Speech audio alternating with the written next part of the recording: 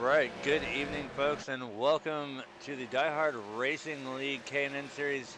Tonight we are taking on a 130 lap race here at Atlanta Motor Speedway.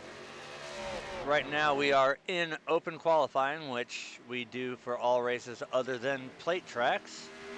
And looking at everything right now, the weather, it is a nice 83 degrees air temp. The track temp right now is 94 degrees. We have 48% humidity and it's mostly cloudy out. And of course, we are at the famous and one of the fastest mile-and-a-half oval tracks on the NASCAR circuit. It measures in at just over 1.5 miles. Of course, 4 turns, extremely high speeds here. And as always, it is until I believe we've got 3 races left. We will be in these K&N cars, and then I do believe next season we do move on to the trucks, but as of right now, it is still the Diehard K&N Series for the Diehard Racing League. We will be, we alternate cars every season, that way you don't get bored of the same ones, and we've noticed that the K&N car seems to be one of the harder cars for these guys to kind of, it's either a make or break. Like certain tracks, we see guys who are really good all the time kind of struggle at certain places, and then some other drivers have been able to shine with the K&N car. But as always, joining me in the booth is Alan Schoen. How you doing tonight, Alan? You know what, Art? I'm doing really good. And, after spending some time in the Xfinity car on this track the last couple of days, and then watching these guys in the K&N, the K&N car is almost a half a second faster around this track. Well, it wouldn't surprise me. It seems that every time we mention the K&N car versus another car that would run at the same track, the K&N is always faster. I mean, and this is on a fixed setup too. We were running an open set, and we were able to pull the lap times that we did. I know I got the 10th place finish. Seth finally got a almost a top 5. A couple 12th place finishes. You had bad luck that one race with me. So we had a decent set. Mind you, it was an open set. We run fixed set here in the K&N, so if a fixed setup is just as fast, if not faster, than an open set that's taken days and days and days and a lot of driver input to build, this is definitely going to mean that tires are going to be a huge factor here tonight. That is the case. I've been in practice now watching these guys for a little over an hour. And the tires get slick after about 25 laps. And then you really got to start paying attention to what you're doing. Since you've been in practice longer than me, you've probably watched some long full fuel runs. How bad is the fall off on these tires from brand new to, say, about 30 laps in? It's pretty considerable. They're going to lose about a half a second over a full. Half a second over half a run. So I'd say about a second to second and a half over the course of a long run of probably 45 to 65 laps. Which, that's just another thing that amazes me about these K&N cars. Look at the B car that we were running for so long. It would literally drop 2 seconds in 30 laps, even after we had the setup dialed in the way we wanted to. Mind you that the setup was built for stability versus speed. We did add some speed to it, but still, 2 seconds over 30 laps is quite some time. But for these cars to only lose about a half a second on a half a fuel run, that's pretty impressive. As we look right now, it looks like Robert Barris in the 75 has the pole. Justin Page right now is holding down the second place, and Douglas Hess is in third right now. This is definitely going to be a rhythm track. It's something that you got another line. I know a lot of these drivers here have put a ton of time in practice. Unfortunately, I was an idiot today in real life, and I'm suffering severely for it tonight.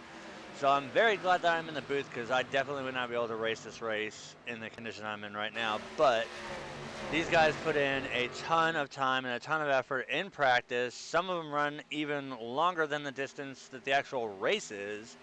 just so they can get a good feel of how the car is going to be. And it seems that week in, week out here, I always look at the board here and see that, say we have a 150 lap race. I see some people put in over 150 laps in qualifying or practice, and then the 150 plus in the race. So that's over 300 laps at one track.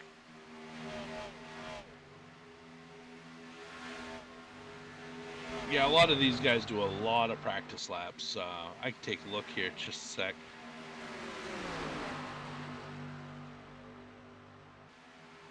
This is one thing I love too, open qualifying. It's great seeing all the cars out there. Open qualifying is great on these smaller tracks. I really don't like the open qualifying on super speedways because it's just the draft is so unrealistic to qualify by. No, it's not necessarily that. I think the biggest downfall of open qualifying at a plate track is anybody, literally anybody, can get the pole in open qualifying on a plate track, and that's not necessarily a good thing because they might not have the skill set needed to drive a plate track properly, and that sometimes results in disaster right from the start. That it does. So kind of just looking through, Brad Speidel, he's turned 70 laps in practice.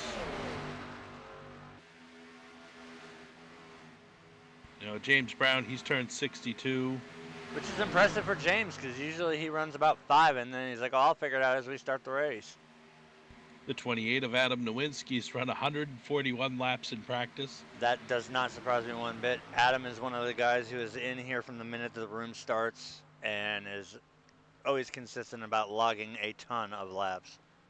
Our boy Who Said Telephone there, he's run 159 laps in practice. Still waiting to see that number 24 Exalta car or whatever, Drive to End Hunger or UAW make it to victory lane. He's had a top 5, but he still has not been able to seal the deal here yet. Hopefully with the few races remaining, he might actually be able to get in there and score himself a victory this season. Let's see. Robert has run 128 laps in practice. What about old Steve Brown 23?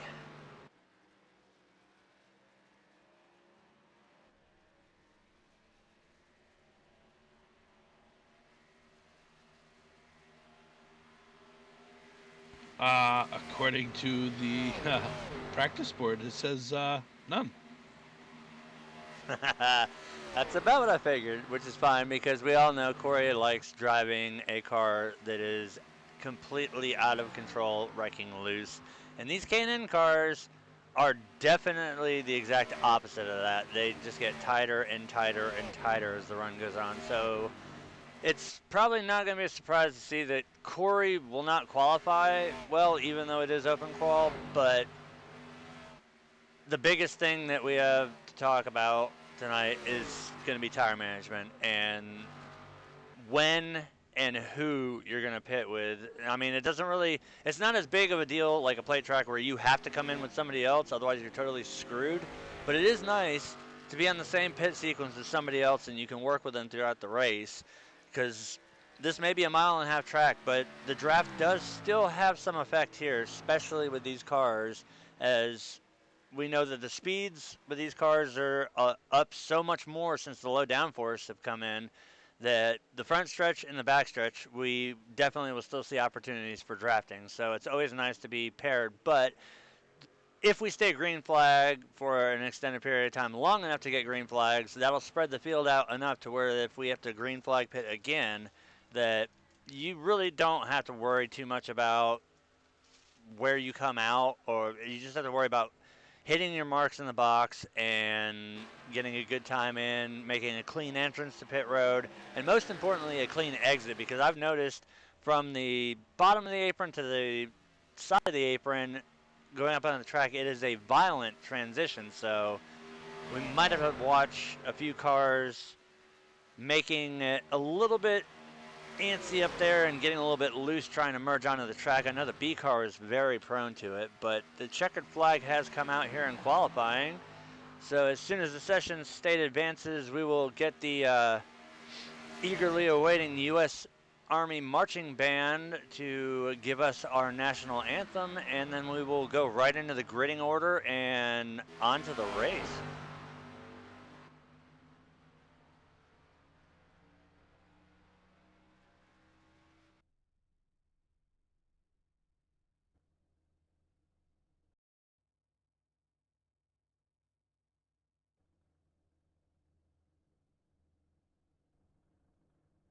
All right, folks, at this time, I will, as always, please ask everybody to rise and remove your hats as the U.S. Army Marching Band will bring us our national anthem.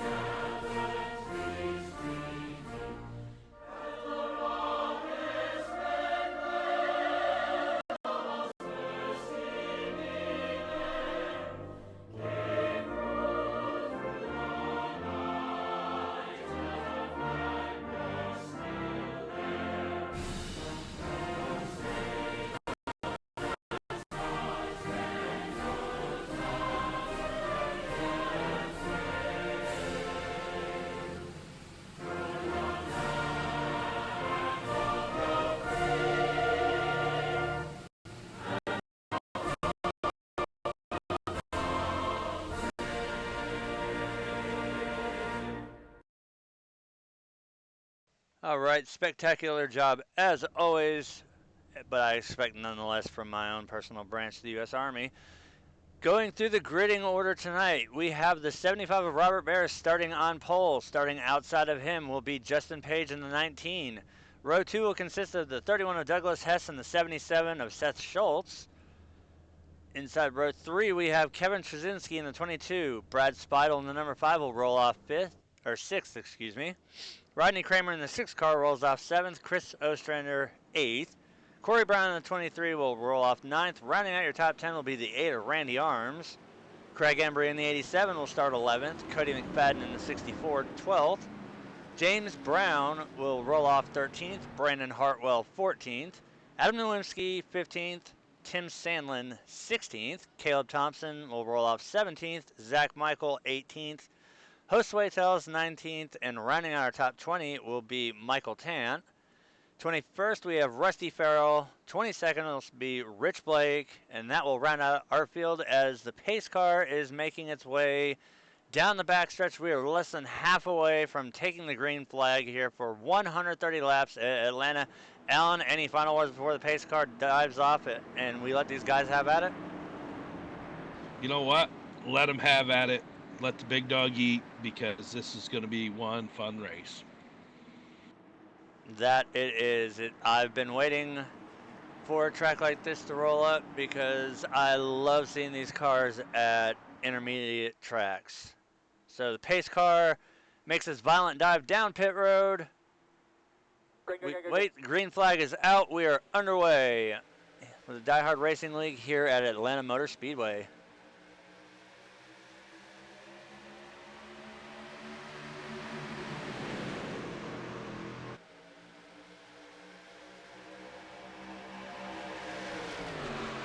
Looks like everybody gets a good clean run through 1 and 2 as we see the entire field there.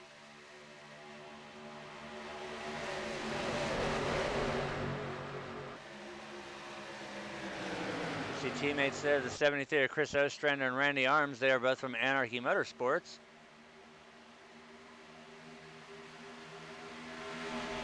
And we see a new paint job tonight. I just noticed on the number 5 of Brad Speidel, he's rocking the good old Pabst Blue Ribbon beer. That's an awesome paint job. Oh, it definitely. Oh, the 8 car in the wall, Randy Arms. It did look like he just drifted up a little bit too high and got a tiny piece of it. It looks like he'll be able to make his way back up to speed without too much of a problem. I'm not seeing too much damage on that car, so I don't think it's really going to hurt him that bad. But if he does go up there and flirt with the wall again, I do think it might be a different outcome. There's a great shot there of that Pabst Blue Ribbon ride driven by Brad Speidel.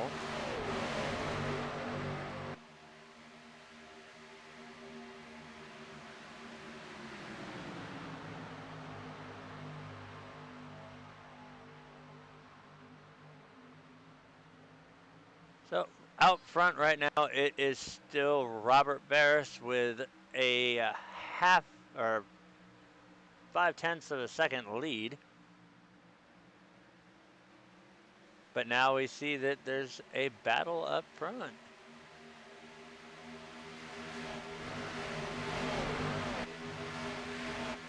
Looks like the 19 of Justin Page decides he wants a piece of it. And he's going to take it too. So new leader, 19 of Justin Page.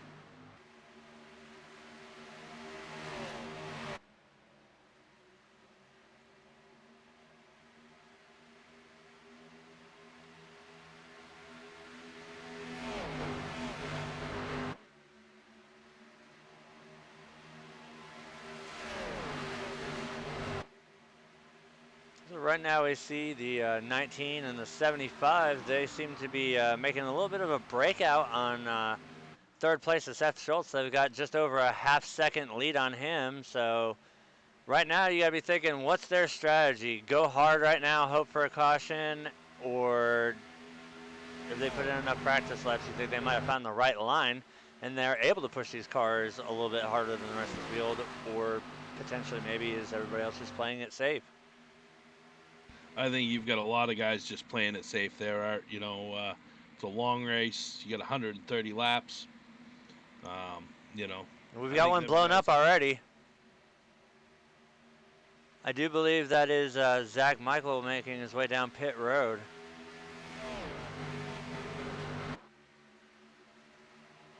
And you would be correct. That is the 14 of Zach Michael. Looks like we've seen motor problems already. So that's not a good sign.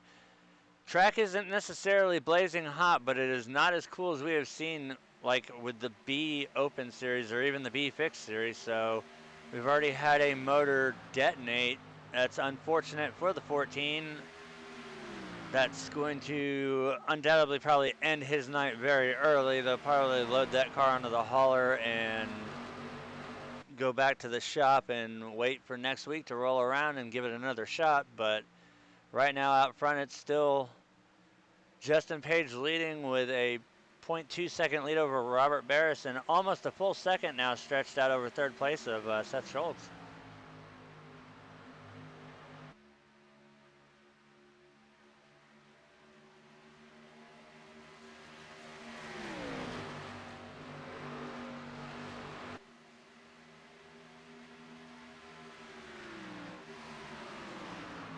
We see the 22 there of Kevin Trzynski.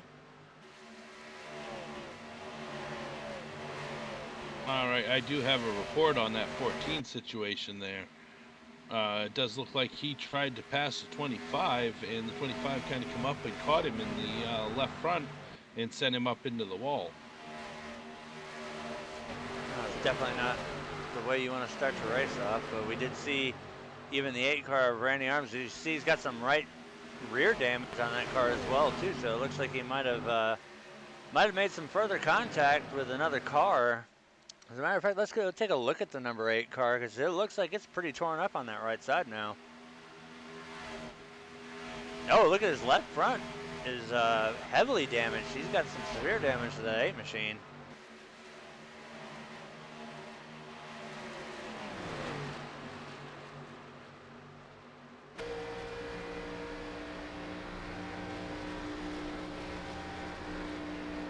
We take a look right now, you can see that that Goodyear tire is more than, oh, as he's sideways on the apron, he manages to save it. That car has got some heavy, heavy damage going on right now. Let's take a look at his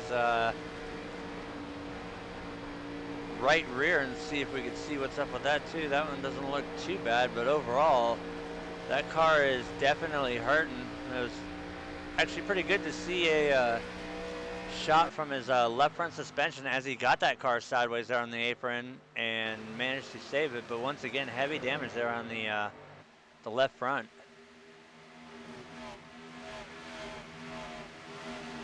Well, hopefully it won't be too much to affect him through the whole race. He might be able to get down pit road and get it fixed if we get a caution here. But unfortunately, you know, with this league, there are no quick fixes. This is, you run it, you beat it up, you fix it, or you blow it up. And surprise, surprise, guess who took the lead back? The number 75 of Robert Barris is now your leader again with a 0.4 second lead over second place of Justin Page. Now, since we're here and we know what these cars do, we're going to actually do a lot of in-car ride-along. So right now we're going to ride with your leader in cockpit and take a listen to see when he's letting off the throttle and back in.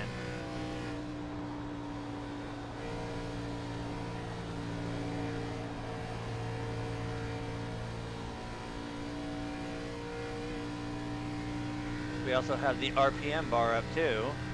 You can watch and see what his speeds are.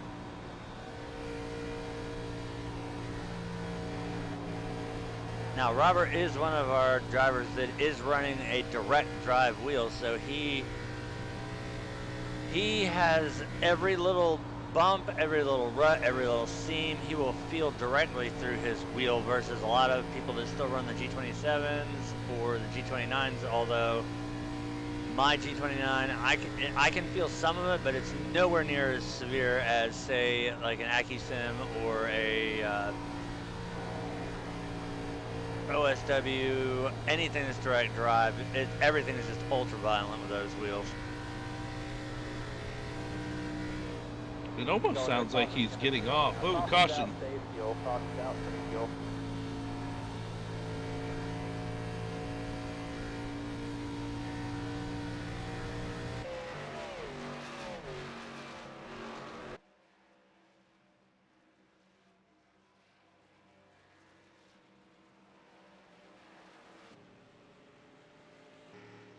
All right, so we're gonna go ahead and do an instant replay here.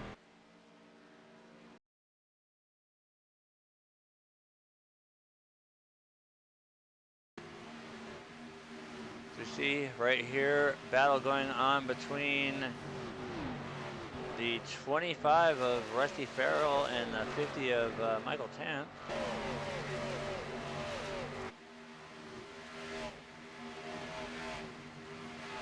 Yeah, unfortunately, Michael gets into the wall just a little bit, sends him down the track, and poor Rusty had nowhere to go and found him.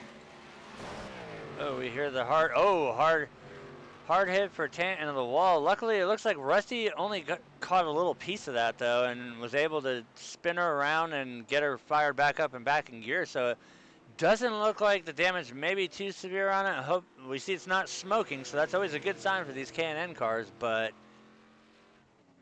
hopefully he'll be able to take that machine down pit road and get it repaired.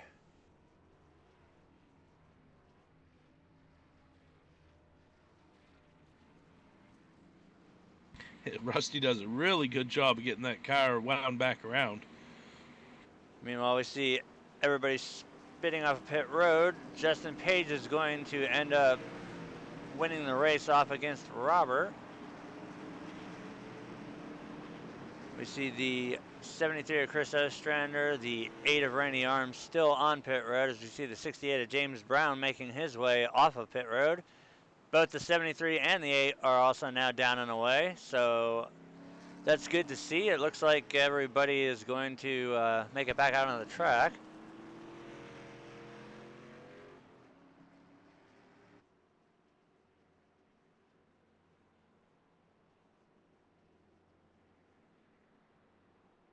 So as we cycle things back around, as soon as the timing loop makes its way back in, we will give a nice little update on who our new top 5 consists of and a little bit of a race summary here. So right now your top 5 consists of Justin Page being your leader. Robert Barris is second right now. Seth Schultz is still hanging on the third. Craig Embry in 4th and Douglas Hess in 5th. We have gone 19 laps completed out of 130 laps. We've had 3 lead changes, and right now we are working our first caution, which has been for 3 laps as of right now. If the lights on the pace car go out, it will be a standard about 5-lap caution. So that right there is going to change things up a little bit. We're on lap 20 right now. We knew that pit strategies, what we have been, we were told through race control that if you were to do a 2-stop race, you would be pitting between lap 40 and 45. If you were trying to make it a 1-stop race, you would be coming in on lap 65. So right now, I think with this caution here, that's going to possibly alter everybody's, because now you still cannot make it here on just 1 stop. So it's still going to rely on a 2-stop strategy. So we can take the 1 and you might be able to stretch it, maybe not, but if it was me, I definitely would not be trying to do it on a 1-stop, especially knowing how tight these cars get on the long run. As we see the field starting to double up, that means one thing, that the lights are out on the pace car and we are less than a lap away from restarting this race. You know, Art, actually, if kind of taking a look at it, it's lap 21 right now. So I would say they probably going to run until lap 65, 70, somewhere in there. And then they could make it the rest of the way if it does go green.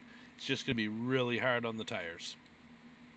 Exactly, which is why I don't think we're done seeing cautions here. As much as I don't ever like saying that, with this track and this car and the way that the tires wear out, as we saw when the number 8 caught it on the apron and saved it, I think we're going to see, as the green flag run progresses and stays ongoing, that we're going to see a lot more cars start either pushing up to the wall or actually starting to break loose coming out of 4, because we do know that 3 and 4 is extremely bumpy, and if your tires are bad, then that just ups the chance. So green flag is back out. We are restarting this race. We have 22 laps in the books. Now Justin Page gets a good jump there, so that's going to set him up exactly the way he wanted to. As we see, it looks like almost a little bit of contact, but it was just the 87 moving up into the groove.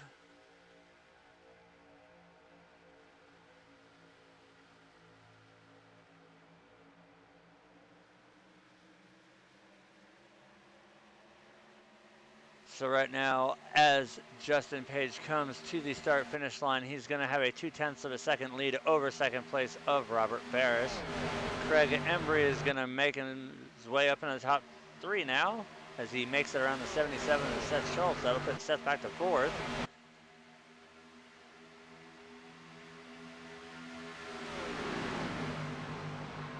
That's one thing I've been noticing right now between the 19 and the 75. On the short runs, we see them jump out there and just start going to town, as right now we're seeing the 87 looking to the inside of the 75 of Robert Barris, as well as we see the 23 of Corey Brown is glued to the rear bumper of the 77 machine right now.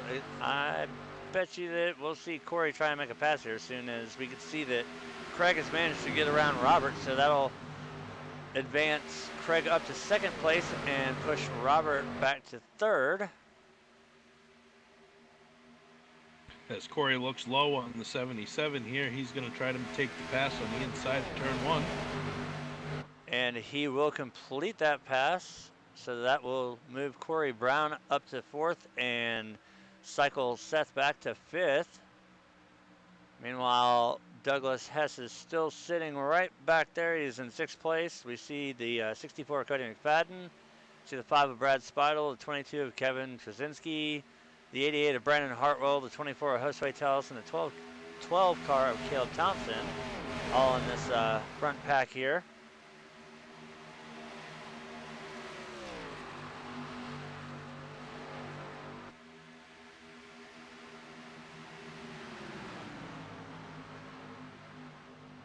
Now, I'm starting to wonder, is this a strategy call on the 77? Let everybody go by and burn their stuff up so he's got more tires at the end, or just playing conservative again as we see the 5 of Brad Speidel is going to try and make the move on the outside of the 64 of Cody McFadden, but that's going to open the door for the 88 of Brandon Hartwell to get there in the bottom lane.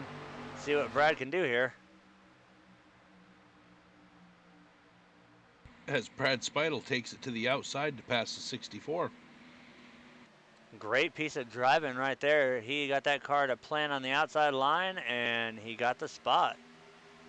And now we see the 88 of Brandon Hartwell. He's looking to try and do the same thing that Brad just did. But now he's going to open the door for the 24 of Josue Tellez to jump into that bottom line and potentially pin him to the top. But he's able to get back behind the 64.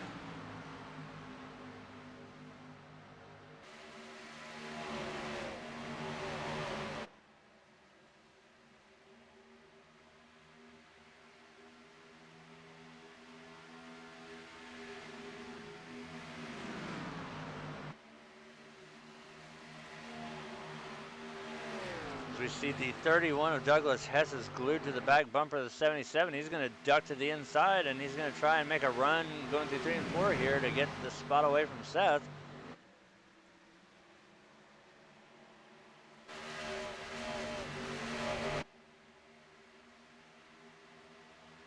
If these cars are anything like I noticed, the inside line is not exactly the place that you really want to pass in 3 and 4. It's like the car just does not want to rotate down on the bottom line. You screw up so much speed, but we see that the 31 of Douglas Hess has managed to make it by the 77, as well as now the 5 of Brad Speidel and the 64 of Cody McFadden.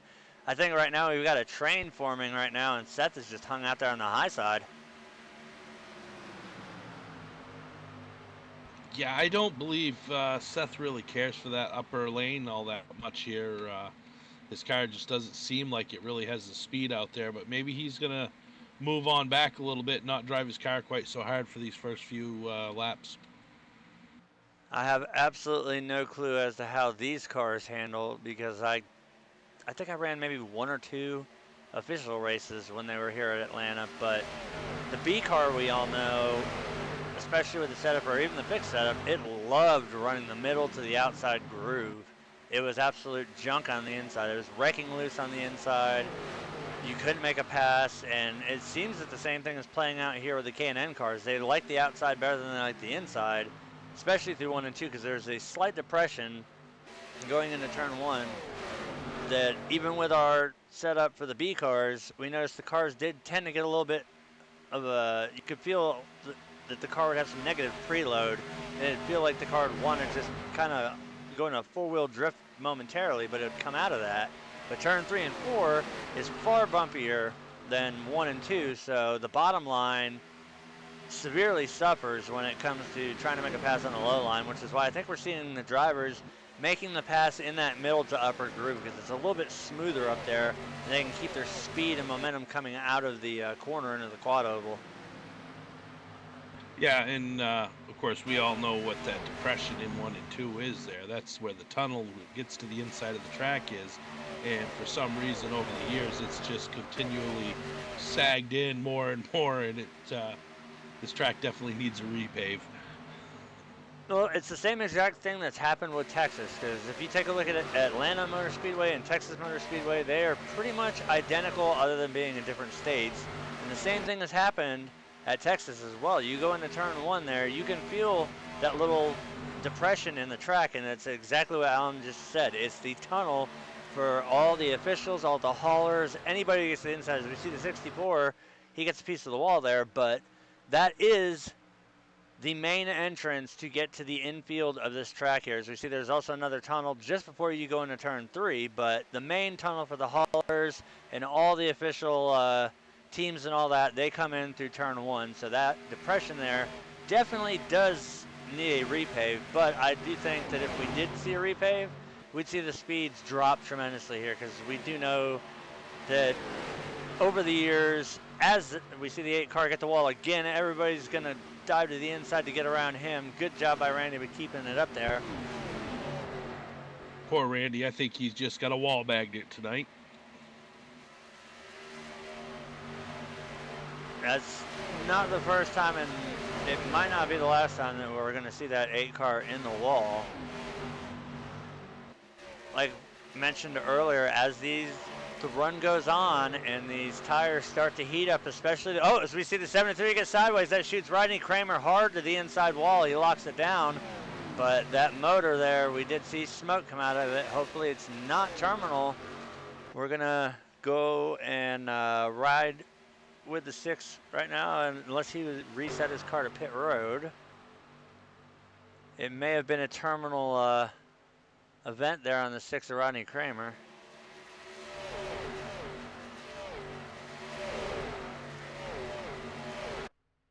As we do see heavy damage to the left front of that car. He has reset to pit road. It looks like that might be the end of the night for the 6 machine.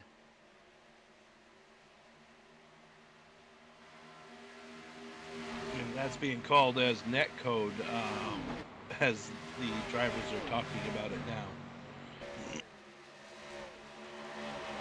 Meanwhile, right now, the main focus seems to be the battle going on between the 22 of Kevin Trzynski and the 28 of Adam Nowinski, as well as the 11.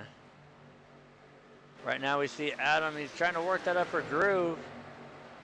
We also see the 11 of Tim Sandlin. He's also trying to make that upper groove work as they're trying to battle for position. As right now we're also seeing a battle going on between the 12 of Caleb Thompson, the 5 of Brad Speidel, and the 77 of Seth Schultz. As right now we see Adam has managed to make the 64. Seems to be a little bit off pace right now, which is going to allow the 28, the 22, and the 11 all by.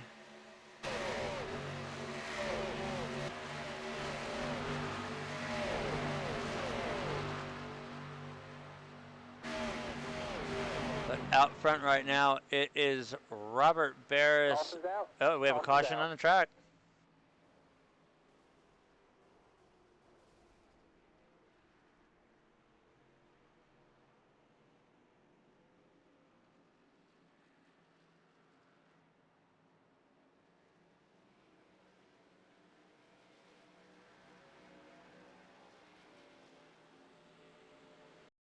All right, folks, we're going to go to an instant replay here.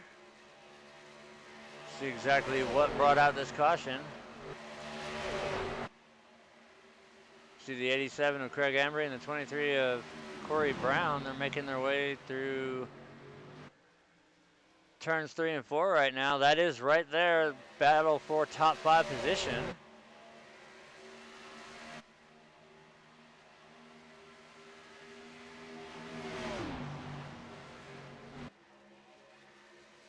Nothing as of yet. It looks like, the 87 just gets up a little bit there, makes contact with the right front, or left front fender. Oh, wow. Wow. The 12 looks like he just lost it coming off of there, but he made contact with the left front of the 19 of Justin Page, and that caused the initial contact there, but looks like it was just a misjudgment. Maybe the car got a little bit tight and started to step out on him, and we saw the chain reaction. And there we see heavy damage to the left rear and the left front of the 19 of Justin Page. That's definitely not a good sign as we see the field slowing down here. That, once again, was a battle for second, third, fourth, and fifth.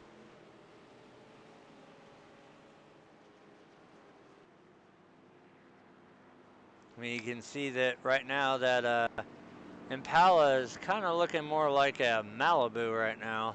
Hopefully they can get it down on pit road and beat some of the sheet metal out on it, as we're going to see everybody come down pit road. We will go ahead and cover the pits here.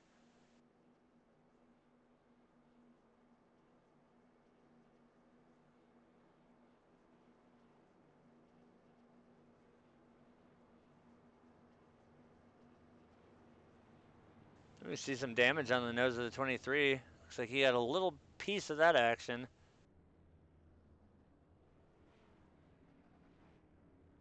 Meanwhile, Meanwhile, up front, it's going to be 4 tires and fuel for the 75 of Robert Barris. We see Josue Teles is already down and away, but the 75 of Robert Barris is going to beat everybody off of pit road. Josue is going to roll out second.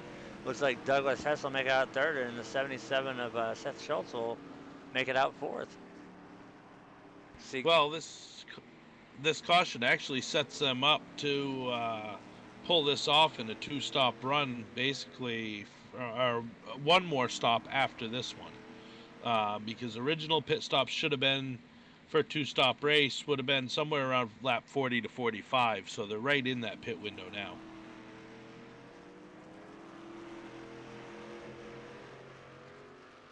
I would definitely like to see some green flag stops on this next one, though, because I'll tell you, this is a hard pit road to get down, and it is slick.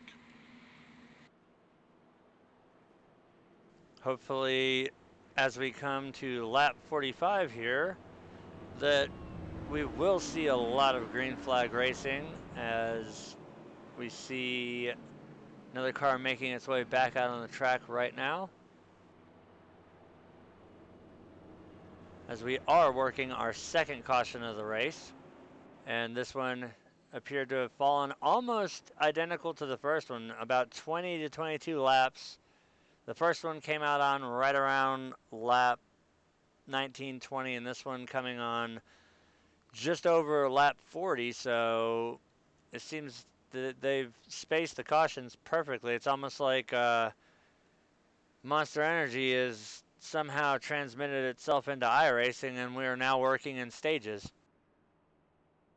Do you see a caution clock anywhere, Alan? Because if there is, please knock it down. Yeah, right. I don't see one, but it does appear that we have a unofficial hidden caution clock somewhere here.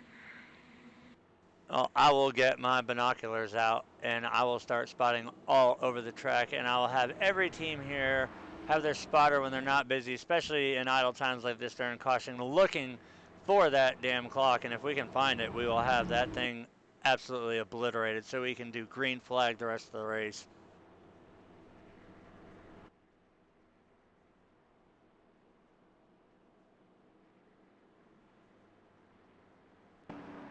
Yeah, as we see right now, lights are off on the pace car as it dives down pit road. Robert Barris is going to lead us in the restart zone. Green flag is out. We are back to racing.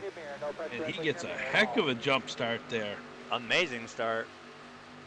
Yeah, it looks like the 24 of said telephone there got a sloppy start. And whoa, that stacks it up a little bit there. Looks like a little bit between the 31 and the 24 there. That's really going to allow the 75 of Robert Barris to get a good lead over the field right now, as there was a big check up there, but everything looks like it's sorted out. But meanwhile, we have the 22 of Kevin Trzynski, who's on the inside of the 77 right now.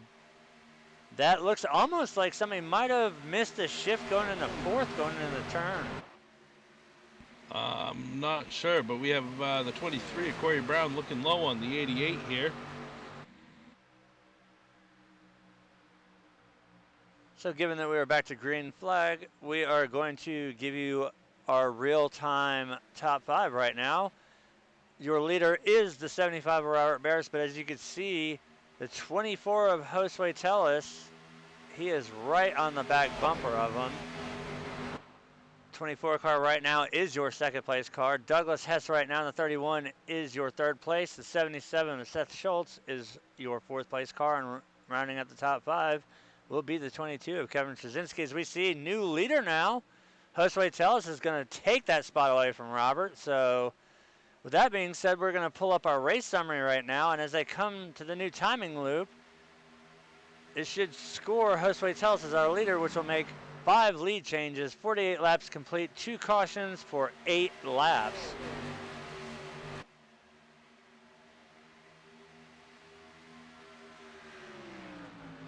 And with that being said, I think it's time. I don't know about you, Alan, but I think I want to crank it up.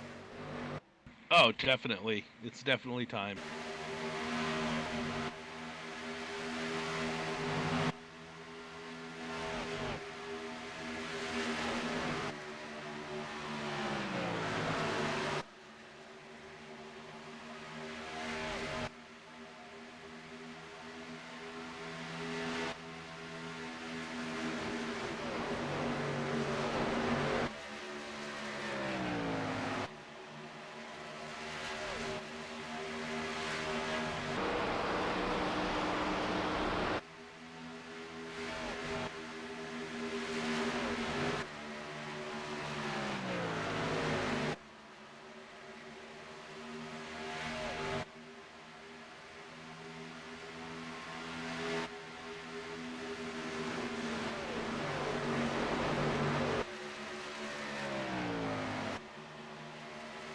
All right, that has satisfied my need for a little bit. We always go silent when it's a crank it up. That way you guys can hear exactly how loud these cars are, what kind of RPMs they're turning, and just the sheer awesomeness that these K&N cars look as they barrel out of the corners and fly down the straightaways here.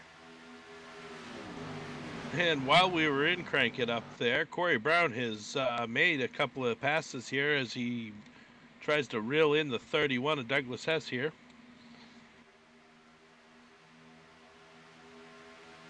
Right now, up front, it looks like Josue is trying to check out. He's got almost a 0.6 of a second lead over second of Robert Barris, but that could be a good thing, or that could also lead to your demise too, because right now that 24 team has got to be absolutely just using every ounce of those tires right now.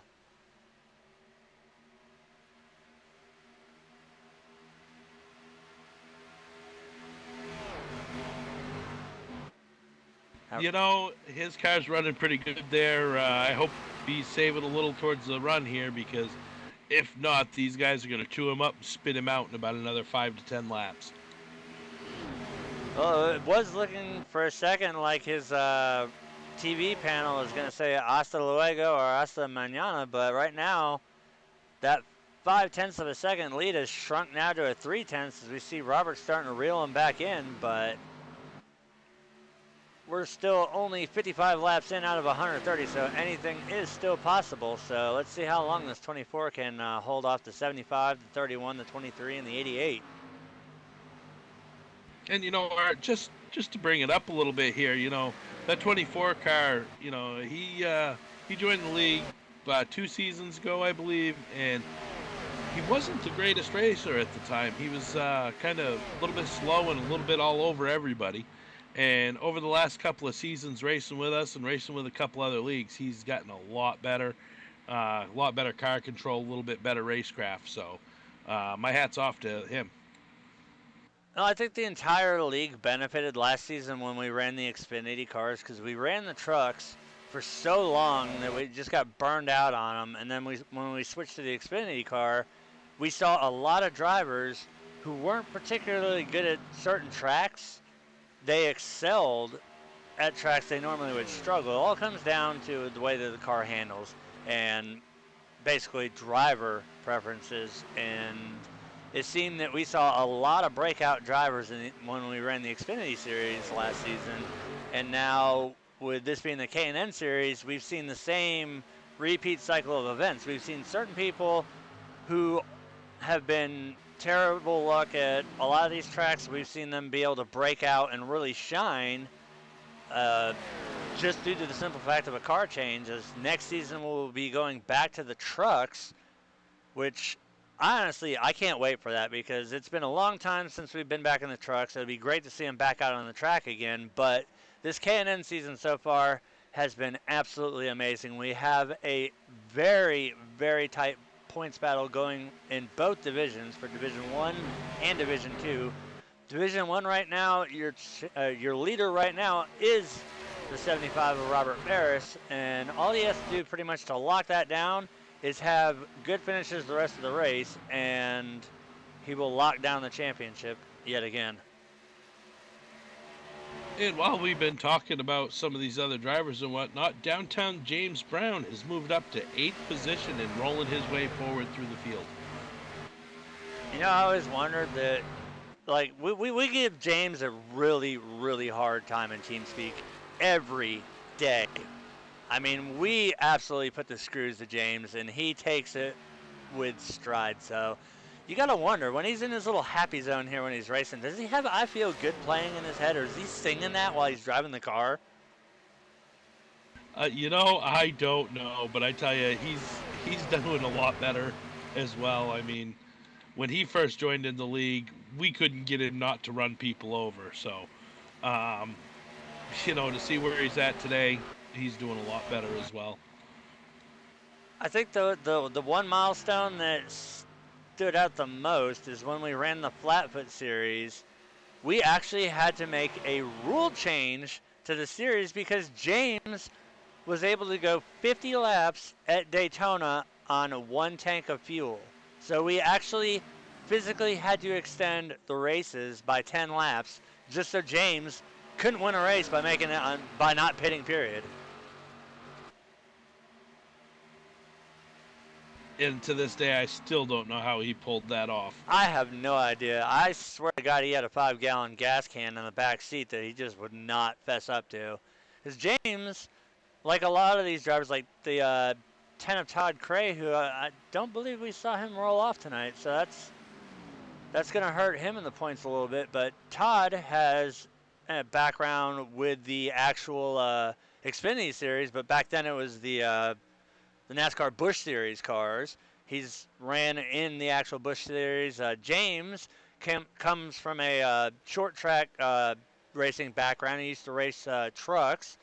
And I'll never forget the one story that he had told about the time he, quote unquote, lost a brake rotor out on the track, and he was pissed off at another driver, so he went flying through the pits, and he actually ran his race truck into the hauler of another guy's team and actually destroyed the hauler and got fined big time for it.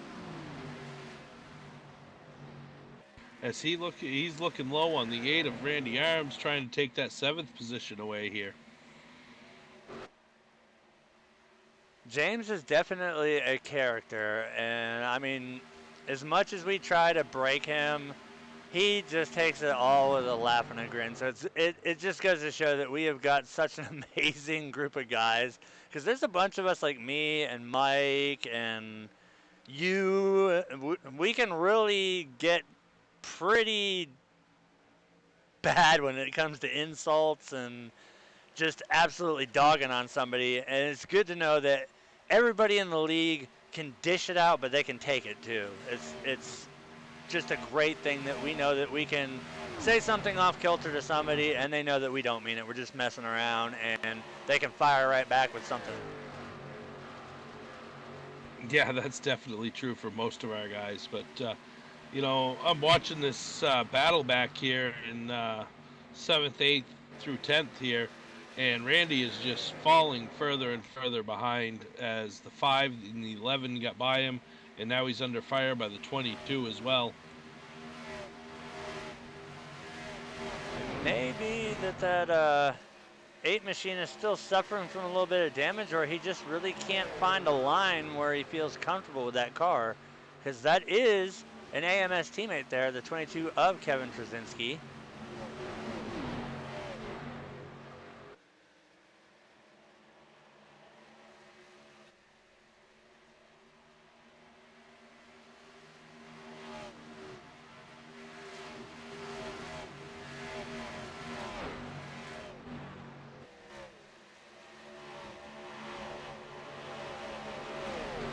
Meanwhile, out front, Josue Tellez is still hanging on to the lead with a 0.4 of a second lead over second place of Robert Barris, as we see Corey Brown has now made his way to the 3rd spot.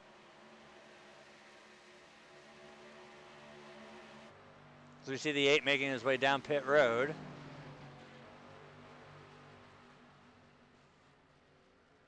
Right now it looks like that 24 team apparently has that nationwide Impala dialed in. Because at one point we did see the 75 was able to close in on him, but right now he's holding his ground. Josue is another one of the drivers that we also give a lot of crap to, but he takes it with a grin too.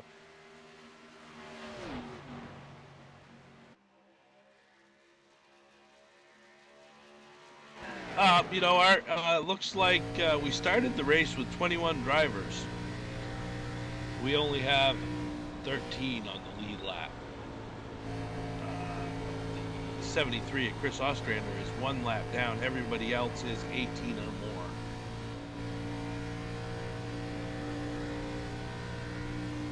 As we are riding along with your race leader right now, you can hear the throttle play going on right now. Wow, and that group has caught and run Corey Brown all the way up the track and driven by him, the 5, the 68, and the 11.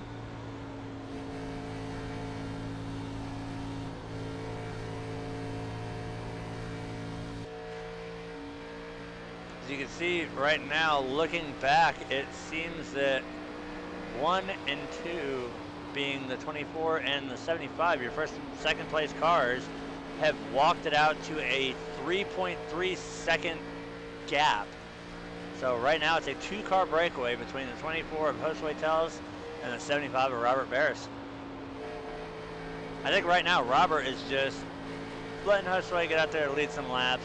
Robert's just maintaining car control right now. If he really wanted to, he could get up there and just blow by him. But right now, I'd be perfectly content sitting right there, just riding right behind him, knowing that I'm in second spot, knowing that I've got the skills in the car to pass at any time. I think I'd be doing exactly the same thing if I was anywhere close to as good of a driver as Robert or Josue. But we all know there's a reason why me and you are in the booth. We suck. Yeah, I mean, I'd like to do a little bit of racing from time to time, but the competition in the league rooms here has just gotten so to the extent where I'm always a back marker, and I just don't feel that I need to be out there in everybody else's way a lot of the time. So we switched grooves here and jumped up in the booth. I enjoy watching the races and calling them as we see them. So, hey, it is what it is. As the 5 has made it around the 88 of Hartwell, as the 11 is going to try to take Hartwell on the outside.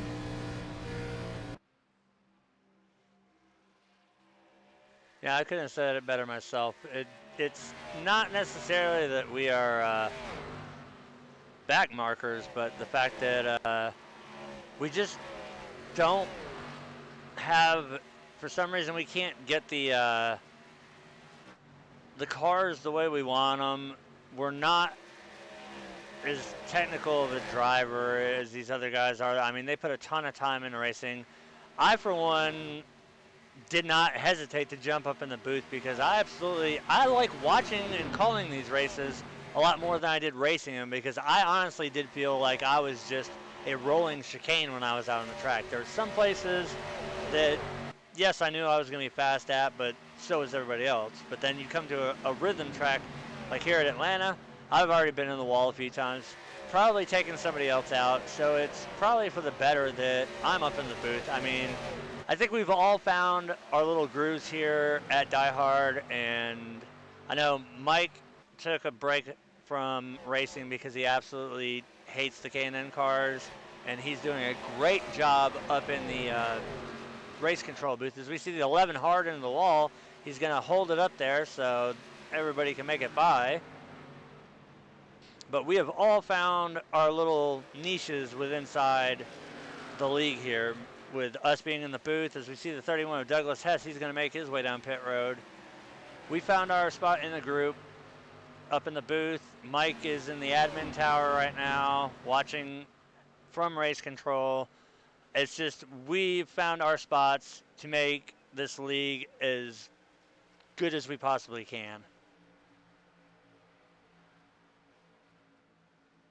So we see the 73 is absolutely flying around the track right now. As we see the 68 of James Brown, he's making his way down the pit road.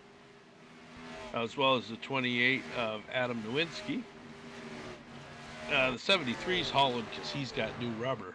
And looky out front, Robert Barris got tired of sitting behind the 24. He's pulled that to a half a second lead over the 24 car. So I think I was calling it right before. He was just laying back waiting for the 24 to kind of burn those right sides up. As we see that lead is starting to stretch, as he's almost pulled it to within a second now. He's now at 7/10.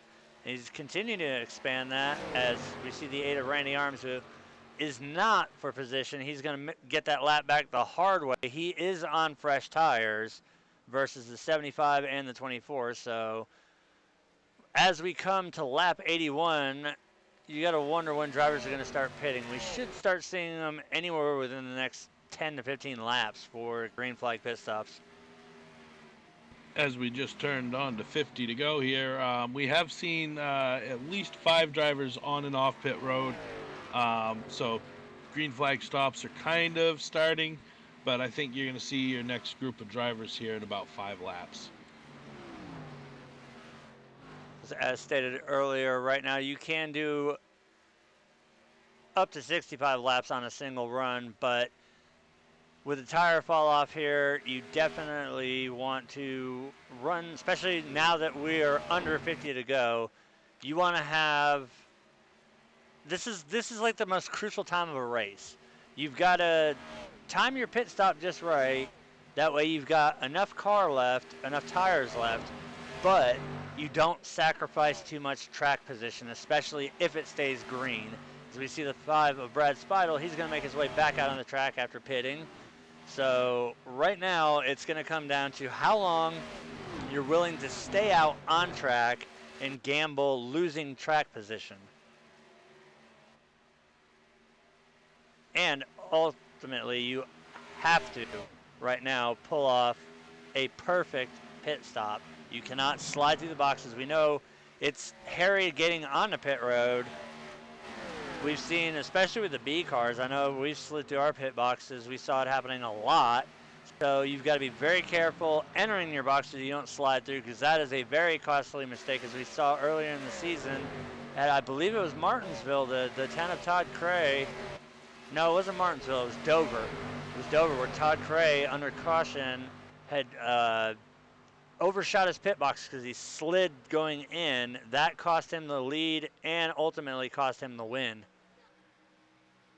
So, looking at lap times right now, the 5 of Brad Speidel, he's just come off pit road. His last lap was a 29.1. So, I mean, the difference between him and first place 75 of Robert Barris.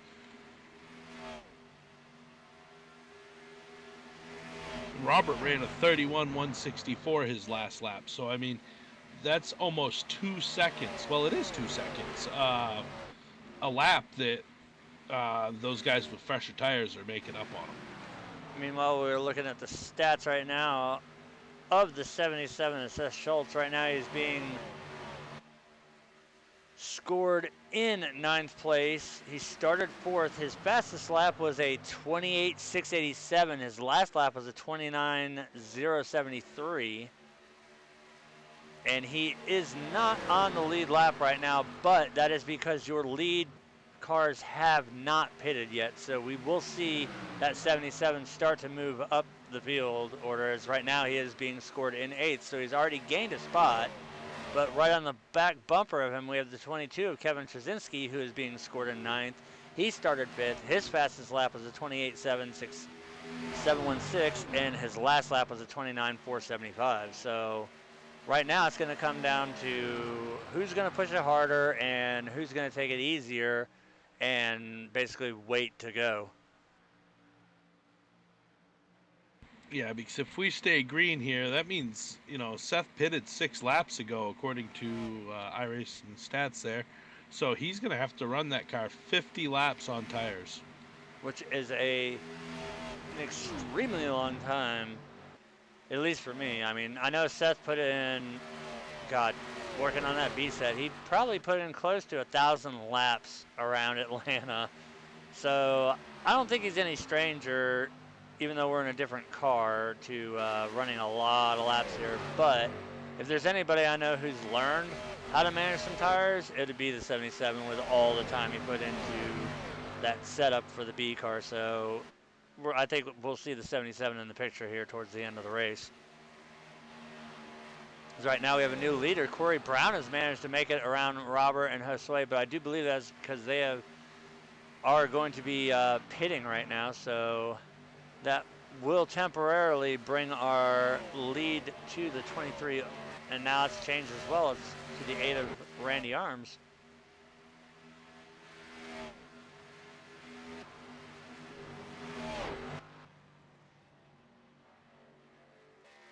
You see that car has gotten a lot of the damage fixed. There's still some damage on that number 8 Caterpillar Chevy, but it looks a lot better than it did earlier on this race. So you see the 23 of Corey Brown making his way off pit road. He has just now been put a lap down by the leader, but now we will be seeing that 8 ride.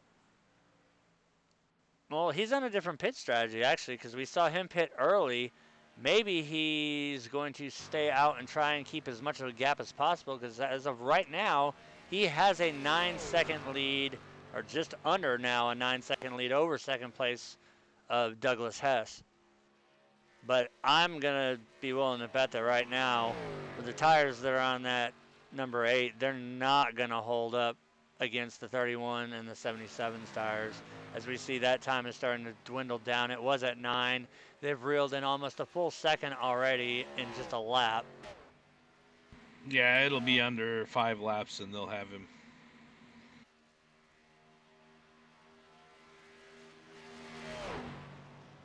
I mean, they're taking off over a second a lap right now.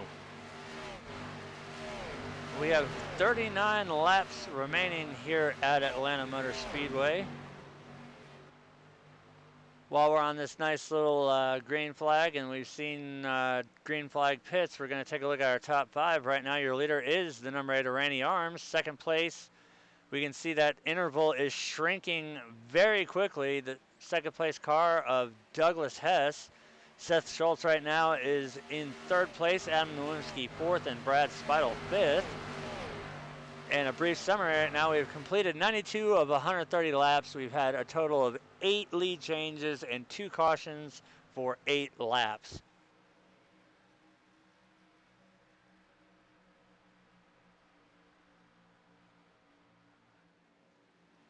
So right now we see the number 5 of Brad Speidel, as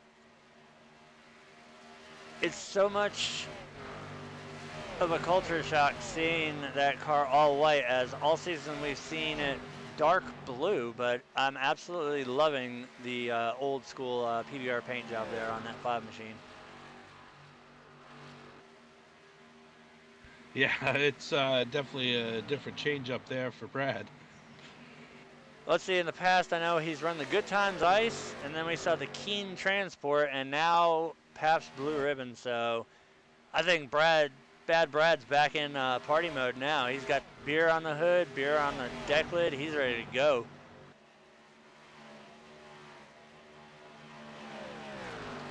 Although I do believe that last camera angle right there, do you see a little bit of a hood pop there on the right side? On Bad Brad, yeah, I do believe he got a little bit of damage there. If you jump into his in-car, you'd see it a little better, I think.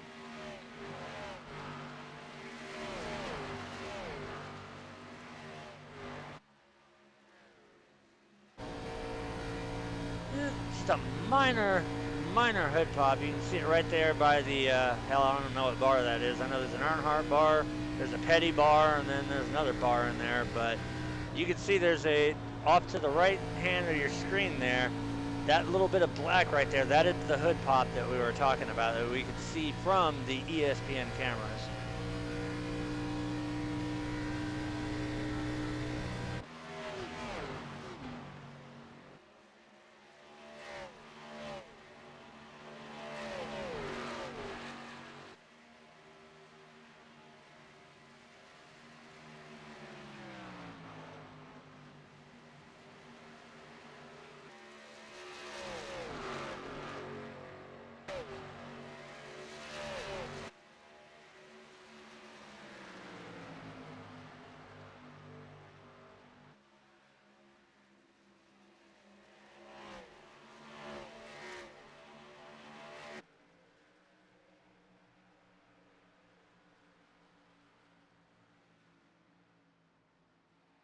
Right now we are taking a look at the number 8 of Randy Arms.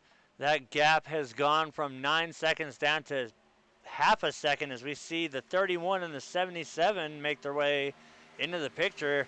It's literally only a matter of a couple laps here before we see the 31 and the 77 both pass him, as the 31's more than likely going to do it this lap coming through turn 4. As we see the 8 go down low, he's going to let the 31 drift up to the high side, but those fresher tires on the 31, as we see the massive closing rate on the 77 and the 8 ducking down pit road.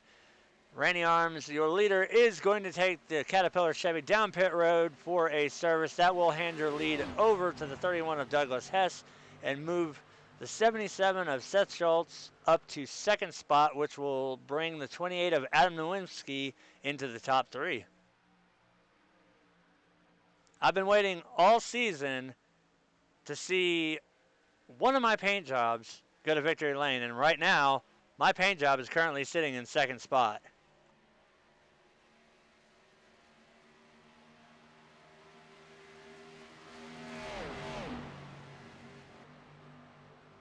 So currently, Douglas has a 4/10 of a second lead over second place of Seth Schultz, but with 30 laps to go, 29 this time at the stripe, it's going to be a matter of who's going to conserve their tires the most, because behind, looking back, there's over a second lead to third place car from your first place car. Now plus 2, because Adam is going to take it down pit road, which is going to bring Bad Brad in the number 5 Pabst Blue Ribbon Impala up to third spot now. As I'm hearing over driver channel here, the 31 will be coming down pit road this time by. Which will hand your lead over to the 77 of Seth Schultz.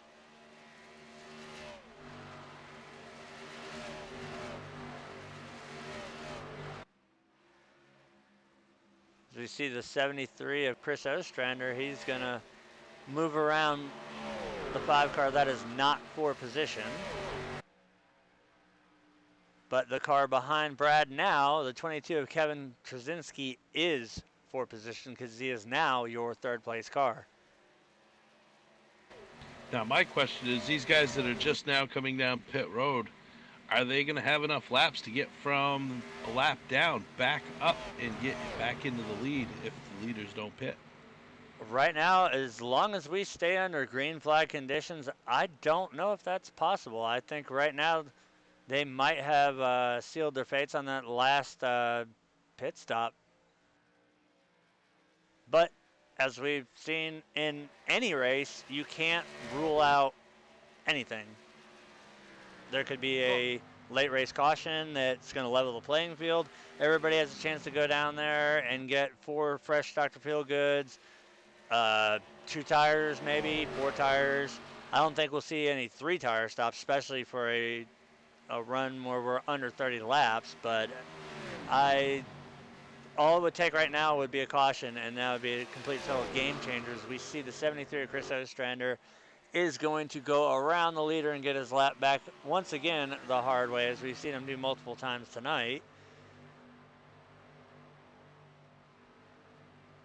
So right now, after seeing some drivers break off down pit road, our new top 5 is going to consist of your race leader right now, the 77 of Seth Schultz, Bad Brad Speidel in second place, Robert Barris in the 75 machine. He is up to third. Josue Tellis in the DuPont Impala, he is going to be your 4th place car right now, and Tim Sandlin, that number 11, has managed to squeak his way into the top 5. And with that being said, we have completed 106 out of 130 laps here at Atlanta Motor Speedway, 10 lead changes, and we're still at 2 cautions for 8 laps.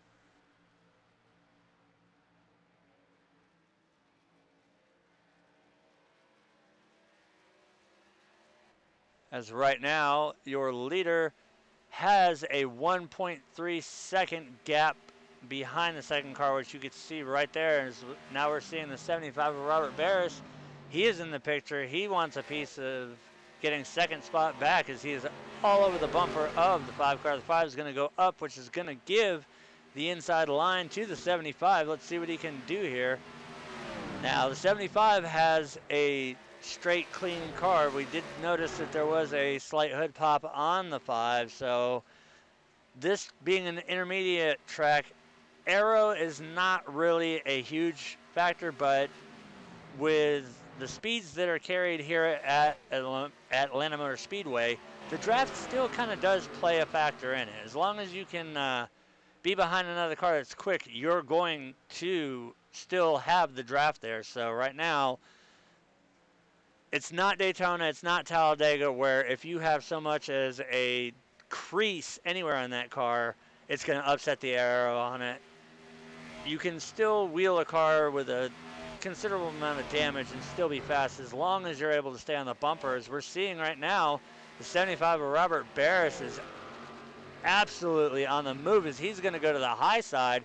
He wants that lead back. He's going to take it on the outside, but Seth's going to let up as we see the 77 is going to make his way down pit road. So we're seeing a lot of different strategies being played out right here. These are and should be the last pit stops of the race that we'll be seeing. So hand your lead over to the 75 of Robert Barris. That's going to move Josue Tellus up to third now, and Brad Speidel will hold on to the second spot.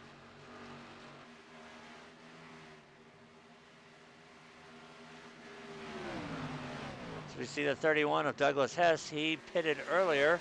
He's getting his lap back the hard way, just like everybody else has been doing, which when you look at it, fresh tires versus old tires, it's not even really hard because you can absolutely plant that car wherever you want to with fresh tires. I still looking at it. I mean, they're going to have to make up over 2 seconds a lap to get back to Robert, and I don't think they can do it in 19 laps. It almost makes me wonder if a lot of these guys are banking on a late race caution. As much as we hate seeing cautions here, right now the only thing that would do that is if the lead cars pitted and all these cars that are either in the lucky dog spot or staying out since they pitted for a wave around to put them back on the lead lap. That right now is the only thing that is going to save them right now, as we'll be taking 17 laps to go, this time by at the stripe. The 28 car right there of Adam Nowinski, he is not for position. He has pressure tires, so he's obviously easily going to make his way by the leader. As we see Robert let out just so the 28 can clear. Right now, Robert is sitting with a 1.8 second lead over second place. I think Robert right now is just going to move very easily out of the way of any of these cars that are on fresh tires, because right now he's got one thing that he's got to focus on. For the next 16 laps around this track, he has to maintain this lead. As right now we can see he's stretched it out to a 2-second lead over second place and a 2.1 second lead over third place. So right now, all eyes are on the 75 team. As we see now, we're having a battle for second spot as the 24 of Josue Tellus. He's going to look to the inside of the 5. Which kind of blocks up the track for these guys on fresher tires a little bit here. We see the 22 of Kevin Trzynski and the 68 of James Brown both are on fresh tires, and right now they are kind of stalled out. As we see, we're going to see possibly some 3 wide going on here. Oh, the 5 in the wall a little bit, so that kind of moved that out. So move Josue up to second.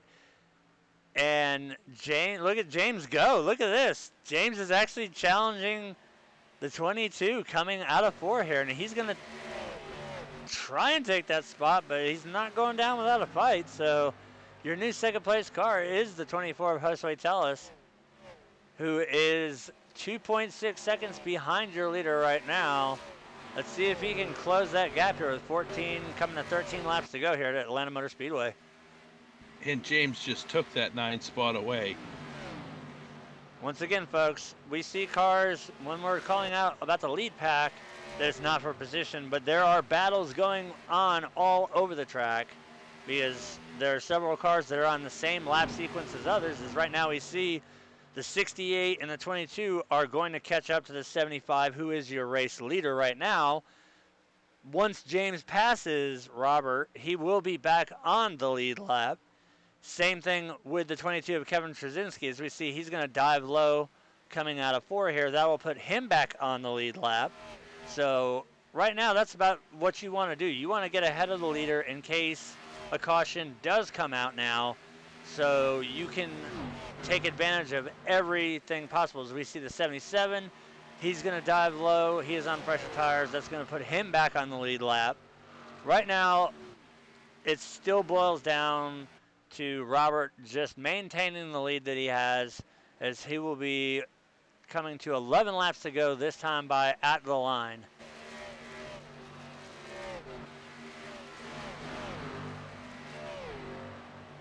So once again, we're going to take a look at the top 5.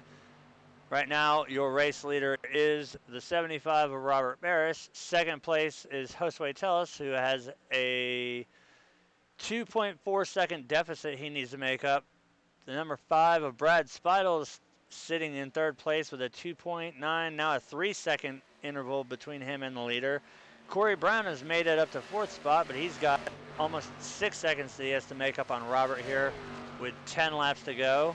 And in 5th place, we have the 31 of Douglas Hess, who has a 7.7 second gap that he needs to close as quickly as possible.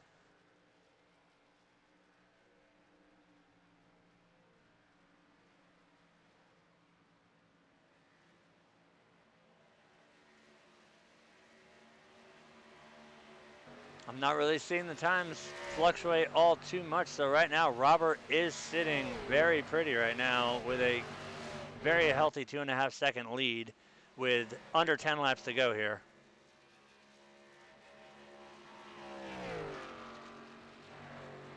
And with that being said, this will give us one last opportunity to crank it up.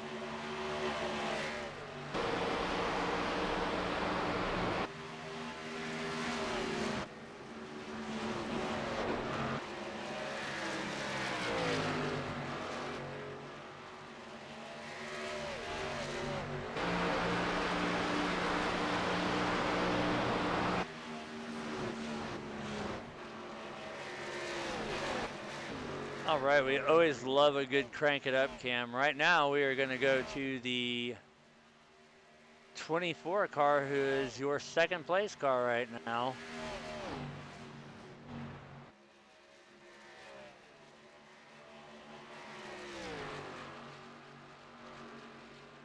You know, looking at the 24 car here, he's about 2.2 seconds back off the leader.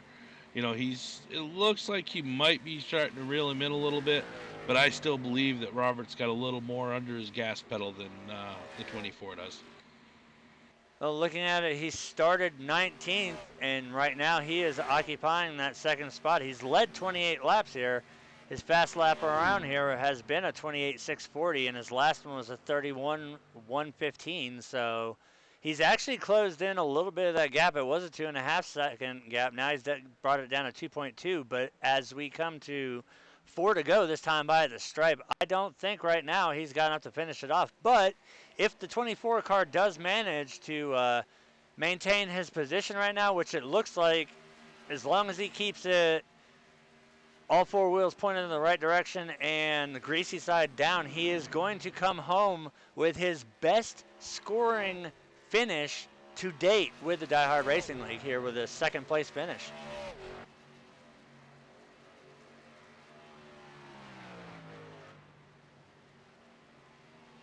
Yeah, another one that's a little interesting to see up there in the top 3 is Brad Speidel. You know, he's had some bad luck, been in some bad positions a lot. So to see him up here in third running is looking really good. Now, Brad, of course, started 6th. He is currently sitting in 3rd spot. He has turned a quick lap of 28.819. His last lap was a 31.538, but we didn't see that about 5 or 6 laps back he did make contact with the wall, which is why he is sitting 6.6 seconds back from your race leader, the 75 of Robert Barris. But Still impressive that he'll be able to, as long as he can maintain it, he will bring home a top 3 finish here.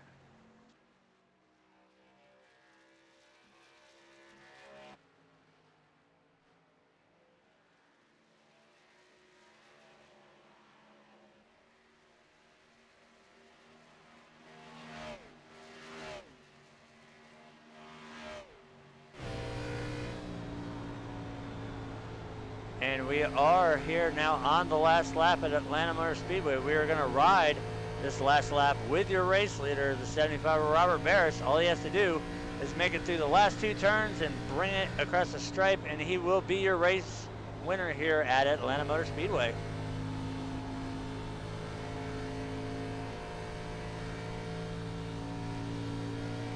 As he brings it across the stripe, that will bring this race to an end. Your race winner is the 75 of Robert Barris. Second place is going to be the 24 of Josue Tellez, and Brad Speidel is going to bring it home third. Of course, we will give you the full results once the race interviews have been conducted. We see the 24 is caught up to the 75. He's going to give him maybe a little celebratory bump. Now he's going to head down to pit road. As we are going to watch festivities underway, we're going to see the 75 start burning it down.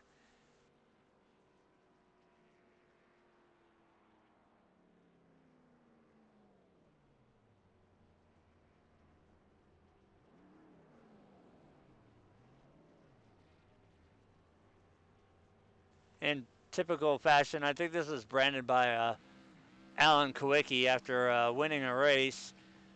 To drive backwards on the track, we call it the Polish victory lap, and Alan Kawicki did that back in the late 80s, early 90s, and actually coined the term Polish victory lap. But as we see right now, it's all about the 75, which has got one of the numbers of Kawicki. As we see, Robert is burning it down the front stretch backwards. Yeah, he's not going to have any rubber left on those tires. I don't think there's really much left on it to begin with, but we'll see how long those good years last, as he is still melting them down, as he's going to come back across.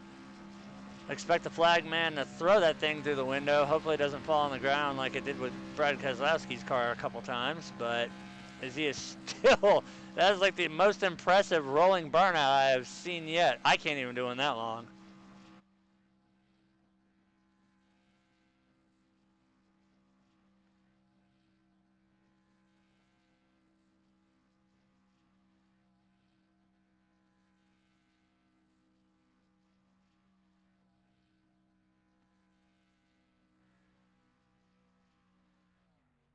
Hey, Brad, it's Alan up in the booth. How you doing, buddy? Doing good. Well, you brought it home third. It's good to see you up there in the top 5. How'd you feel the race went for you? I was going to go for a 30-lap pit stop, so I was going to run out the end of the race with not going for a pit stop. So it went pretty good.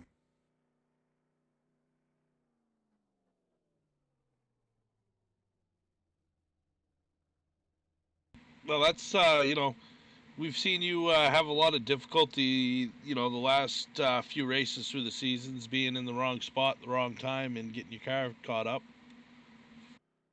Yeah, I'd like to apologize to Caleb. I got in the back of him in that last caution, I think it was. Well, brought it home third. That'll give you some decent points for this race. We hope to see you up there again next race. Is there anybody you'd like to thank this evening? Just Diehard and for putting the league on, and you guys for broadcasting. All right. Well, we'll see you next week. Okay, thanks a lot.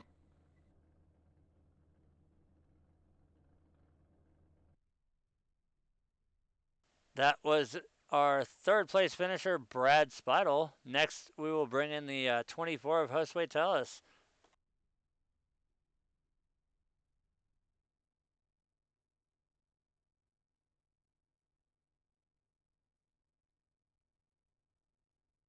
Josue, we saw you out there leading, and you managed to bring it home second. How's it feel to bring home a top three car?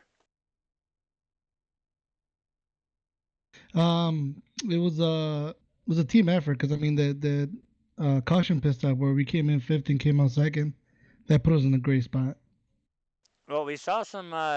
At times, it looked like dominance. You had that Hendricks Impala out there at one point, almost a 3 second lead over the 75 of Robert Barris, which we knew he kind of was probably just content with riding behind you and letting you lead some laps, though. But this right here, we have to bring up this point. This is your best scoring finish in the league. We saw at Chicagoland, you were able to bring it home fifth place, but now you have managed to one up that, and your best scoring finish now is the second spot. All you got to do now is win to top that.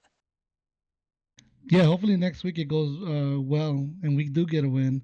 And yeah, I think Robert did let me go, let me pass him because Robert's always doing strategy. But I think in the long run, though, me and him pulled away from the group, which I was surprised, and I was surprised I was able to keep up with Robert. But I mean, in the long run, the car really came to me. It didn't get too tight, and I was able to take three and four real smooth. And hopefully, the momentum I got now, because this is a great finish for us, I could take it over next weekend. Now that leads into the most important question. How did the track feel from the time that the green flag dropped until the checker? We know the track rubbers in very well, especially with the more cars and the more laps that get put on it. Uh, Walk us through from the beginning of the race towards the end of the race how differently the car swung from either like neutral to tight or tight to loose. Yeah, the beginning of the race, the car was neutral, then it got a little tight. But towards the end, this last long run, I noticed that my car actually hugged the track a little better. I think there was more grip with the rubber got laid down, so I was able to get some better laps going in towards the end. But I mean, the track did change drastically. It was just about playing with the pedal and making sure you get a nice rhythm going.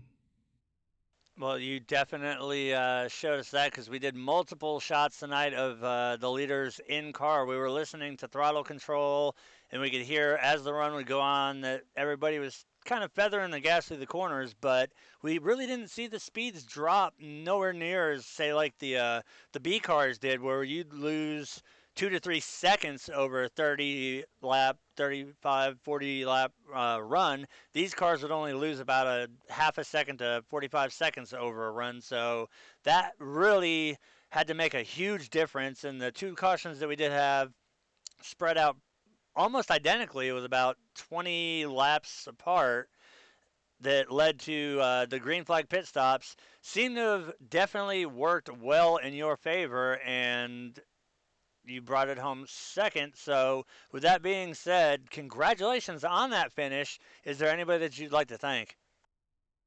I want to thank you guys, Diehard, and I want to thank everyone for hard racing and um, great job on the broadcasting. And I'm enjoying my every Sunday night, and look forward to next weekend.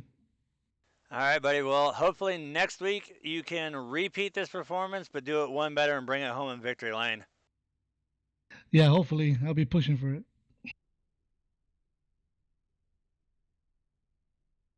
All right, that was your second place finisher, Josue Tellis. Now we are going to bring in your race winner, Robert Barris. Oh, Robert, you've shown us time and time again that you know how to get to the front and stay out there, and tonight was no exception. How's it feel to win it tonight? Oh, it's exhausting. That is quite a workout, but it is awesome to go back to back. Also, make up. I've had some heartbreak here in Atlanta before, so to get all that stuff taken care of and bring it home with the win is absolutely awesome. And that is definitely one of the things that we had mentioned early on in the race. You run a direct drive wheel, and we know exactly how bumpy this track is. So we knew it was going to be brutal on you. We knew it was going to be brutal on Corey and on Seth because all of you guys run direct drives. So basically, we had overall a really, really good race. We had two cautions early on that were spread almost identically out, about 20 laps apiece. Walk us through from the time that we had the last caution all the way through the last time you pitted. Yeah, the most immediate question as we're still going through before the restart is, okay, how does pitch strategy go? Um, I came into the race. I have um, set what I intend to do if there's no cautions. Obviously, we get a caution flag. That kind of throws it out the window. So now you got to reestablish. Based off that, what do I think the best thing is? And really, it came down to one or two stops. What do you think is going to work? And I just kind of in my head was running through what am I going to save if I come in early, and I really didn't think that there were enough laps to make uh, that second stop really pay itself back. Um, and as it turns out, that was the right decision. I know Seth was probably the best on that two stop strategy. He wasn't able to get back to I think fifth. So that was pretty good. It's kind of the opposite strategy of what I did a couple of weeks ago, where I had one extra stop and I couldn't get it to pay off. So that was really what was going on, and then once the green flag goes, then you're committed to it because I think it was maybe 42, 43 laps per run, and this track, just like you saw today, if you were watching the Cup race, any of the races this weekend, absolutely choose tires, and so you really had to commit early that this is the strategy I'm going to go because you had to save the tires. You had to preserve them to get them to last those extra laps. Now we did see that for the longest time you let Husway lead some laps and then obviously easily motor around him. That being said, Josue managed to actually pull off his best finish in his Diehard career, bringing it home second. Do you think he might actually have something for you next week, or are we going to see a dominant end of the season and you lock down the championship? Josue has had some really good runs. This isn't, obviously this is like you said, his best finish, but he's had some really other good runs. And just for whatever reason, circumstances, hasn't been able to get the payoff on those. So I think he's going to be one to beat again at Phoenix in Charlotte. He's definitely shown some speed. Um, he got in front of me, and I kind of I think if I had pushed, I probably could have gotten to him and past him. But we were walking away from third and fourth place, and he wasn't really holding me up too much. And so I kind of didn't feel the need to push the issue, especially what we had seen in the prior caution. I think second and third place had wrecked at one point off the exit of two. I didn't see the need to do that. And then I was also trying to save tires to get that one stop strategy to work. So I just rode. I think at one point he got maybe a little bit tight off the exit of two, and that broke his momentum. I was able to get past him. And then that was really the key, I think, to getting the win was being in front of him for the pit stop and being able to leverage that number one pit stop from getting the pole also helped. Well, once again, you've managed to take a season where you've had the absolute worst luck, and now as we're winding down the season with, I believe, only Phoenix and Charlotte left to go, putting a win in the column right now is definitely one step closer to bringing home yet another Tiffany Championship trophy. Yeah, definitely. I'd love to have some of the points back at, like, let's say Martinsville. I had a couple of mistakes at Michigan. I slid through my pit stall. I think probably lost me some spots, some points. I'd really love to have those. Still completely unsure about being able to make it for that last race. We're gonna do everything we can to get the work stuff taken care of so that we can get home, get in the car, be in the session, and fight for that championship. As of right now, you're only 16 points ahead of Seth. So you're going to need all the points you can get to finish this out to be able to hold the championship this year. Yeah, we've been running the numbers, and the ideal situation, for us, for me, is to come out of Phoenix picking up some points. We need, I think, 26 to clinch it, regardless of what happens with Charlotte. Odds are that that's probably not going to happen. I think Seth is going to be very strong at Phoenix, so the odds of picking up those points probably not likely. So I think it's going to come down to Charlotte. And like I said, hopefully I'll be able to make it. I'm going to do everything in my power to be there. Well, once again, congratulations on the win. I know it feels extra sweet knowing that you've made the ultimate turnaround on the season. With that being said, is there anybody that you would like to thank? I'm going to give a shout out to iRacing tonight, all the work that they're doing to get the dirt racing ready for us. I'm very close. I'm about an hour away from Eldora. So I'm looking forward to when all of that content is released so I can go out and actually try running the trucks on the track, just like I have seen them from the stands. All right, and as you said, next week we move on to Phoenix. Hopefully we can.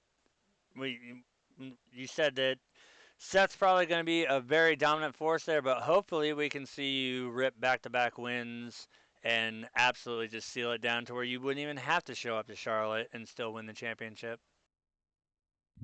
That is the goal. However unlikely that is, that's the goal. We're going to focus on Phoenix and see what we can get done there.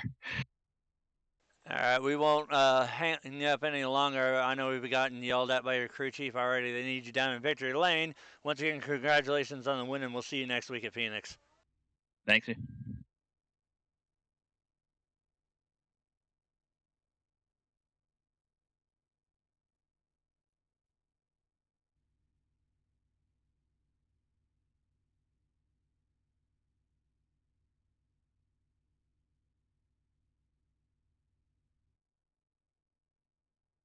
All right, with that being said, we are going to go through our results here. Who we just spoke to, obviously your race winner, the 75 of Robert Barris. Josue Tellus in the 24, he comes home second, his best finish with the Diehard Racing League. Brad Speidel, despite clipping the wall in the closing laps of the race, he's going to bring it home third, so good points night for him. Douglas Hess is able to bring it home in the number 4 spot, and the 77 of Seth Schultz rounds out your top 5. We saw he got out there, led some laps, but didn't have the tires to make it to the end, and we didn't get a late race caution, which was good for us because we got to see a good, solid green flag finish. But he managed to bring it back to the number 5 spot. Corey Brown on the 23 is going to be your 6th place finisher. The number 22 of Kevin Trzynski is going to bring it home 7th. Adam Nowinski in the 28 will be your 8th place finisher. James Brown, who we talked a lot about early on, how we give him so much crap, but he takes it with a grin and knows that we mean nothing evil by it. He's going to be your 9th place finisher, and I think a very good rebound is the number 8 of Randy Arms, who's going to bring it home 10th. We saw he was had some heavy damage on that machine early in the race, but he was able to turn it around and salvage a top 10 out of it. Tim Sandlin in the 11 will be your 11th place finisher. Brandon Hartwell in the 88 will come home 12th. Chris Ostrander in the 73 Budweiser Chevy, who we saw getting his laps back the hard way a lot of times, will be your 13th place finisher. Cody McFadden in the 64 rolls home 14th. Rodney Kramer brings it home 15th. After being involved in one of the cautions, he was down 76 laps. Justin Page in the 19, who is also involved in, I believe it was one of the incidences with Randy Arms. He's going to bring it home 16th, down 80 laps. Caleb Thompson in the number 12 will be your 17th place finisher, who was involved in one of the cautions as well. He was scored 80 laps down. The 87 of Craig Embry, he will bring it home 18th, down 90 laps. The 25 of Rusty Farrell, who we saw involved in one of the 2 incidences, he will come home 19th, down 98 laps. And then 20th, we will have the 50 of Michael Tant, who is being shown down 113 laps. 21st place, we have the 14 of Zach Michael, down 124, who we saw had made contact with the wall, and then the 41 of Rich Blake is being scored. It looks like he might have done a start in park. He is going to round out the field in 22nd. So what we're going to look at is out of everything, we had 11 lead changes, and I think one of the strongest things is out of 130 laps completed, only 8 of those were caution laps. So great job by these guys keeping the race very clean. The incidences were isolated and minimal at most. We saw a lot of great battles going on regardless of what lap they were on, whether they were on the lead lap or whether they were down a lap. No matter where we saw on the track, there was a battle for position going on all the way around. So, hands down, just some amazing racing. And with this race in the books, we have 2 races remaining. We have Phoenix and then the season finale at Charlotte. And as Alan had mentioned, right now, Robert has a 12-point lead over the second place of Seth Schultz. And as Robert had mentioned in his interview, excuse me, thank you, Alan. Robert did mention that Seth is going to be a force that he feels to reckon with at Phoenix. So as long as Robert can come out of Phoenix with a good finish, and he did the math on that, he needs 26 points. As long as he can come out with that, he's got the championship locked up. Now, he did mention that he does have a work-related project that has to be done, and there is a possibility that he might not make the season finale race, but he's going to try everything in his power to make it there. And it's definitely going to come down to the wire because we've got a battle for not only the Division 1 championship, but as well as the Division 2. So, Alan, is there anything that you'd like to add in there so I shut up and stop clogging the airway? You know what? Overall, it was a really good race. You know, we had 2 cautions, and, you know, they don't look like it was anything other than race-related incidents. So, you know, overall, it was a really good race tonight. Glad to see the guys had a good time. Glad to see that we had Robert back out in front there again, and a lot of guys mixing things up with different pit strategies. So overall, good night, you know, and we'll be back at Phoenix next week. All right. Once again, I want to thank everybody out there for tuning in and watching week in, week out as we've made our way through this season. It seems like this season has gone by extremely fast, and we'll go into a short off season after Charlotte, and then we will return with the Diehard Truck Series. So that'll be a complete game changer because we'll see a lot of drivers who are a lot stronger with the truck. Like the K&N car, this is the first time that we've actually run it other than plate tracks, really, because that used to be our Flatfoot Series car. And the Flatfoot Series no longer exists, so we incorporated the K&N car over to the main league. So we will be alternating around, and with the season prior being an Xfinity car and this one being the K&N, it's obvious that we will be moving on to the trucks.